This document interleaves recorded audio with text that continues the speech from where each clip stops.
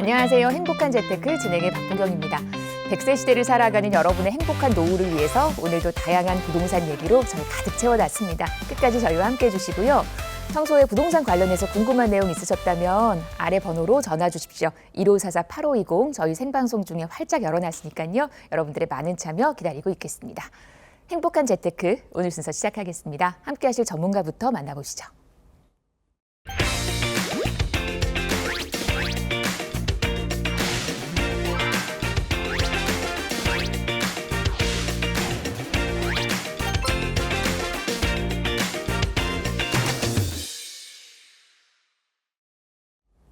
네, 저희 오늘은요 홍정기 전문가와 이 시간 함께하겠습니다.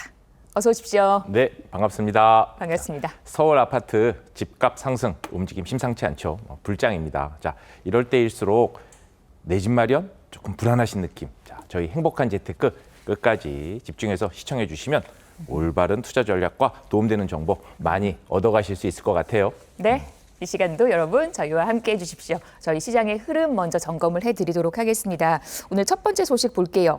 방금 전에 서울의 아파트 상승세가 무섭다라는 그런 표현을 하셨는데 그러다 보니까 서울과 지방의 그 상승 격차가 엄청나다고 합니다. 이게 OECD 국가 중에서 가장 높은 수준이라고요. 네, 맞아요. 오. 말씀해 주신 것처럼 현재 서울과 지방 부동산의 양극화가 심각하다는 내용. 저희 방송 꾸준히 시청해 주신 분들이라면 느낌 잡으셨을 것 같아요. 자, 집값 격차가 OECD 국가들 중에 1위에 해당됩니다. 그 내용을 조금 보자면 지금 전반적으로 주요국의 주요 도시들의 주택가격 상승률 격차가 쭉 나와 있습니다. 그중에서도 저희 서울이 보시는 바와 같이 서울 중심과 그렇지 않은 지방과의 격차가 상당히 크다라는 부분들을 여기서 볼 수가 있죠. 사실 내용을 좀 보자면 이렇습니다. 첫 번째는 대부분 여기 보시는 것처럼 도쿄, 또 뉴욕, 런던, 시드니 이런 선진국의 주요 핵심 도심지들은요. 이미 도심지가 성숙이 많이 되어 있어요. 성숙된 도심지이기 때문에 사실 재개발을 해서 수십 년을 걸려서 새롭게 주거 형태, 새로운 아파트 또는 새로운 주거 형태의 무언가를 공급하려는데 상당히 시간이 걸릴 수밖에 없는 이미 성숙된 도시라는 겁니다. 굳이 서울만이 꼭 지방과의 격차가 있는 것은 아니에요. 주요 도시들을 가보면 핵심 주요 도심지와 그렇지 않은 외곽들과의 격차는 어느 정도 있을 수밖에 없어요. 무엇보다 성숙된 도심지에 플러스해서 이미 도심지에는 알고 계시겠지만 중심 업무지구, 직장과 주거, 그리고 인문 환경들이 많이 갖춰져 있잖아요. 이런 부분들 때문에 사실 도심과 지방의 격차는 어느 정도는 이미 선진국에서도 그렇고 핵심 도심지에서는 많이 차이가 이미 나고 있어요.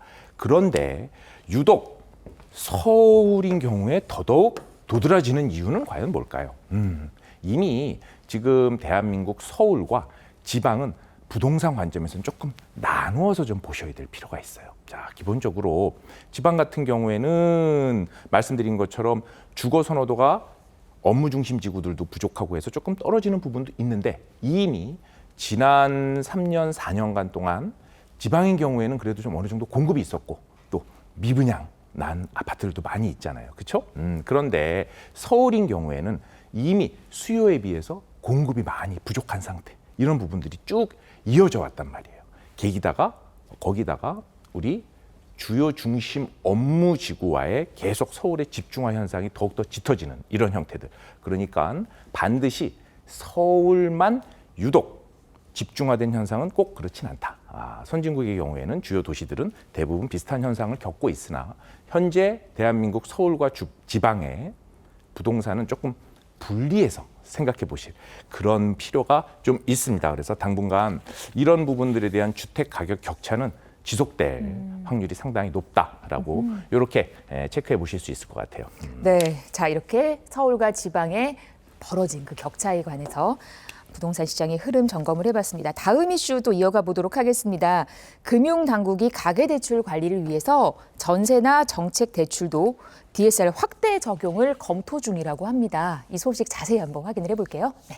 네, 자 서울 집값 상승 사실 정말 심상치 않습니다. 무섭게 또 가파르게 오르고 있죠. 자 그렇기 때문에 현재 기본 매매 대출, 즉 주택을 매수했었을 때 대출에 대한 규제는 이미 DSR 단계가 은행권 40%, 비은행권 50% 적용이 지금 되고 있죠. 지금 적용이 되고 있어요. 자 그런 데에서 포인트로 우리가 체크해 봐야 되는 부분들은 이제 정부 당국에서는 가계 대출 중에서도 특히 전세 대출은 아무래도 서민 대출이라고 그래서 그동안 거의 200조 원 가까이 풀어줘 왔던 게 사실이에요. 이제는 정부 당국에서는 DSR 규제를 이제 전세 대출에도 적용을 하겠다라는 부분이에요. 가계 대출 증가 폭을 조금 좀 살펴보시자면 최근 25년도를 들어서서 점점 집값 상승과 비례하게 가계대출이 증가세를 돌아선다는 것을 알 수 있죠. 이어서 보자면 지속적으로 늘어나는 대출, 즉 주택담보대출과 비례해서 신용대출도 함께 지금 증가세를 보이고 있다는 점입니다. 자, 여기서 우리가 시사해 봐야 되는 점들은 사실 주택담보대출 말고 전세대출도 규제를 하겠다고? 자, 전세가가 지속적으로 오르게 되면 매매가 당연히 오를 수밖에 없는 정부 당국 입장에서는 이 사이클을 계속 집값을 밀어 올리는 그러한 순환 구조라고 이해를 하고 있는 거예요. 전세를 갭 투자하여 전세가가 올라가면 집값도 매매가도 상승하는 이 구조를 조금은 규제를 하고 단절을 시키려는 그런 의도라고 이해해 볼 수 있고요.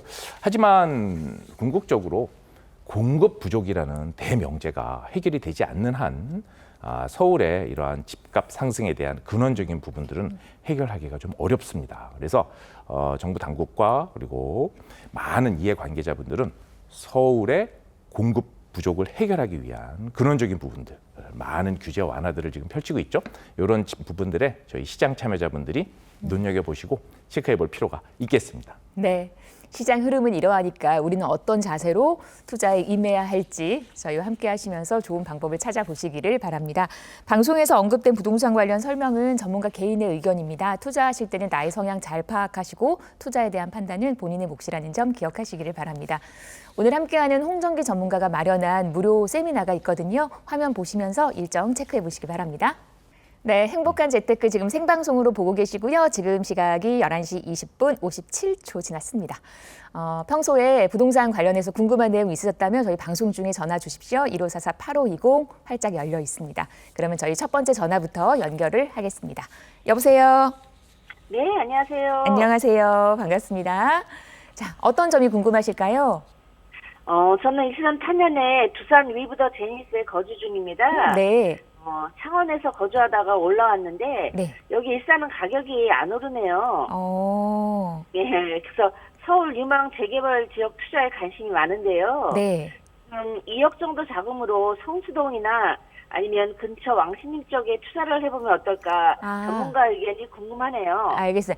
지금 거주하시는 일산 아파트를 손댄다는 건 아니죠? 그건 그대로 둔 상태에서 예, 맞습니다. 2억 정도의 여유 자금으로 재개발, 그러니까 뭐 성수동이나 왕십리 보셨다고 하는데 아무래도 네. 서울 쪽이 이렇게 익숙하지 않으시니까 그렇죠? 도움을 드려야 될 것 같아요. 저희 홍정기 전문가님 연결해 드릴게요. 네. 네. 네, 반갑습니다, 시청자님. 네. 네, 자, 우리 방금 언급해 드렸던 것처럼 서울 아파트 공급 부족, 또 서울 공급 부족이 되니 재개발, 특히 재건축, 특히 재개발 빌라 쪽에 요즘 관심들이 많이 있으세요. 자, 바로 좀 답변을 좀 드릴게요. 자, 우리 성동구, 성수동 쪽에서 내용을 조금 좀 살펴보자면 2억대 정도로 지금 투자가 가능한 부분들. 자, 우선 성수동 효과가 그 주변에 따끈따끈한 온기, 즉 재개발과 앞으로의 주거정비 사업에 대한 기대감들을 많이 높여주고 있어요. 자, 이유가 뭘까요? 자, 첫 번째, 성수동은 이제 단순히 하나의 일부 예전에 지났던 지역에 국한된 것이 아니고 하나의 거대한 업무지구와 문화도시로 지금 성장을 하고 있습니다. 자, 그런 테마와 발을 맞추어서 보았었을 때 성수동의 배후 주거지 역할을 하면서도 충분히 서울의 사통팔달 교통 역할을 한 왕십리를 한번 살펴보자고요. 자, 왕십리 경우에는 왕십리역 바로 뒤에 성동구청이 있는데 성동구청 같은 경우에도요. 이미 2040 도시기본계획에서 앞으로 행정타운으로 많이 발전을 시켜서 거듭나겠다라는 내용이 한번 있고요.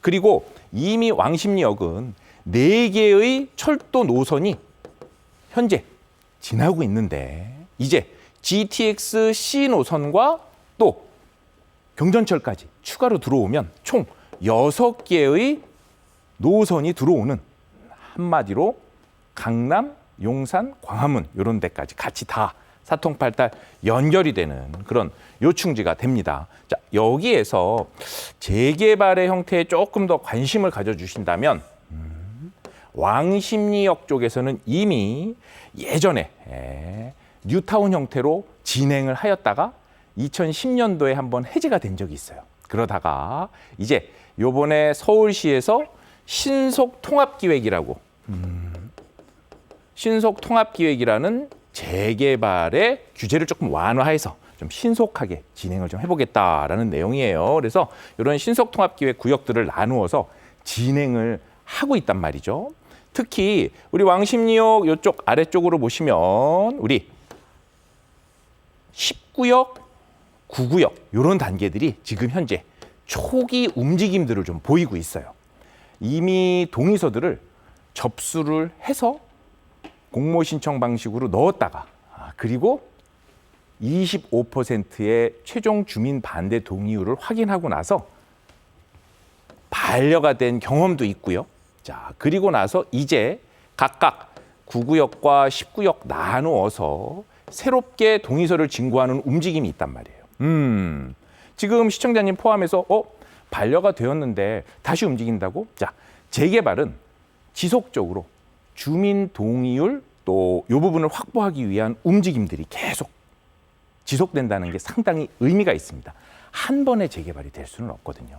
여기서 우리가 살펴보아야 되는 부분들은 예전과 달리 지금 현재 왕십리역 주변의 주상복합 아파트들, 시세들도 이미 한 20억 원대를 호가하고 있고요. 충분히 사업성이 나올 만한 입지다라는 부분입니다. 두 번째는 이런 부분들을 택할 때는 주민 동의율이 요즘 상당히 중요하잖아요. 지속적인 움직임을 가지고 있어야 되는. 그리고 최소한의 법적인 노후도 요건 갖추고 있어야지만 움직임이 있겠죠. 그래서 이런 부분도 한번 참고해 보시면 좋을 것 같고 우리 또 상왕십리역 쪽 아래로 바로 역과 붙어져 있는 요런 데 우리 역세권 바로 붙어 있는 경우에는 역세권 활성화 또 역세권 시프트 요런 사업들을 하게 되는 경우에는 최대 용적률을 500%까지 주는 상당히 좋은 사업성을 보여주는 이러한 초기 단계의 움직임을 보여주는 이러한 재개발 구역들이 있어요. 그래서 마침 성수동 쪽이나 왕십리 쪽에 투자에 관심을 갖고 계시는 분들은 상당히 괜찮은 방향성을 가지고 있다라는 부분. 그중에서도 이러한 재개발 최근 문의가 많이 하고 계시고 관심 가지고 계신데 상당히 보았을 때 빌라는 사실 아파트가 상장 주식이면 빌라는 비상장 주식처럼 조금 더 면밀하게 하나하나 내용을 좀 검토해 볼 필요가 있거든요. 그래서 이런 내용들은 사실 전문가하고 상담이 꼭 좀 필요합니다. 그리고 추가로 좀 궁금하신 부분들은 저희 세미나 또 참석해 보셔도 많이 좀 도움이 될 것 같아요. 이렇게 좀 정리해 볼게요. 여보세요? 네, 잘 들었습니다. 네. 네, 참고해 보시고 더 좋은 투자 하시기를 응원을 하겠습니다. 자, 1544-8520으로 함께합니다.